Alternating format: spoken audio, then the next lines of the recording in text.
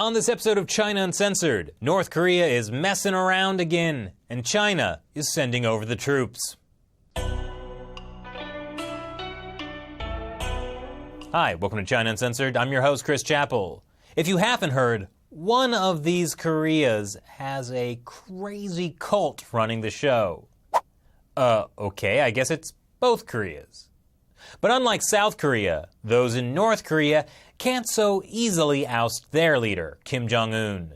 Not that they would, they love him. They're required to. The Kim dynasty began when Kim Il-sung seized control in 1948.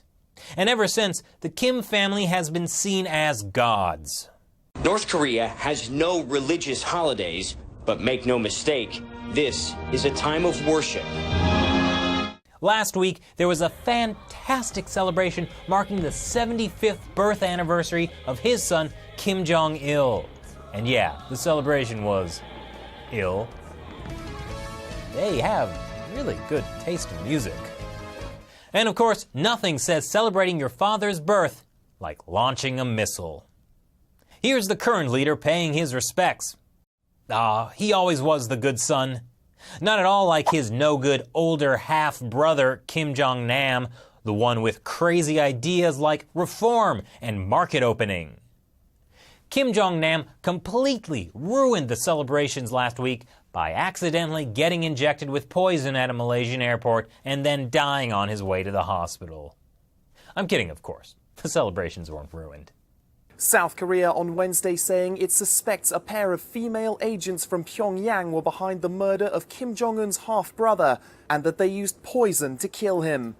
Over in China, the current leadership actually liked Kim Jong-nam, especially his ideas about Chinese-style market reform. Reforms like those could have made North Korea less crazy and also less dependent on China for aid. That may be why Kim Jong-nam was under de facto Chinese protection. Fun fact, so were his wives, plural. Kim Jong-nam apparently had 2 separate wives and families in different parts of China.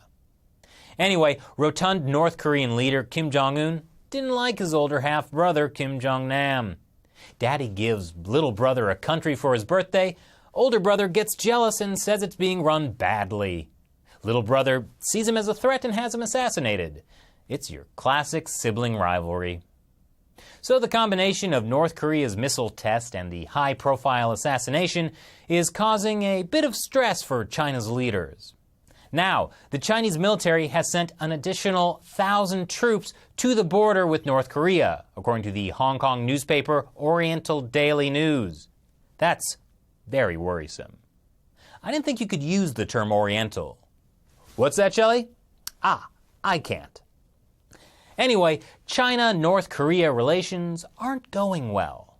I've mentioned before that Chinese leader Xi Jinping has been moving China away from decades of historical closeness with North Korea. And this has been a bad week for Xi Jinping. First, the missile launch.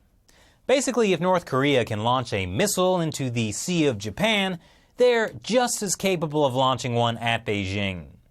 Then there's the loss of face. China had status as the go-between, the country that still had ties with North Korea, but could also help the rest of the world put pressure on it. Well, it's clear now that the Chinese regime has pretty much no sway over the North Korean regime. And then there's something called THAAD. It's a missile defense system the U.S. wants to build in South Korea. The Chinese regime doesn't want the U.S. military so close by building a missile defense system, especially one that could also be used to track Chinese missiles.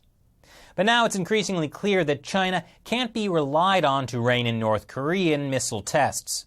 So, it's all the more excuse for the U.S. and South Korea to go ahead with THAAD. And so when you're the leader of China and all this happens, you send troops to the border with North Korea. This is not a first.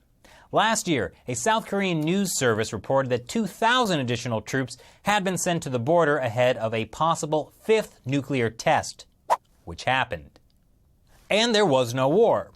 But just like Kim Jong-un's belly, this can't go on forever. So what do you think of the deteriorating relationship between China and North Korea? Leave your comments below. Thanks for watching this episode of China Uncensored. Be sure to share it with your friends and family, especially your older half-brother. Once again, I'm your host, Chris Chappell. See you next time.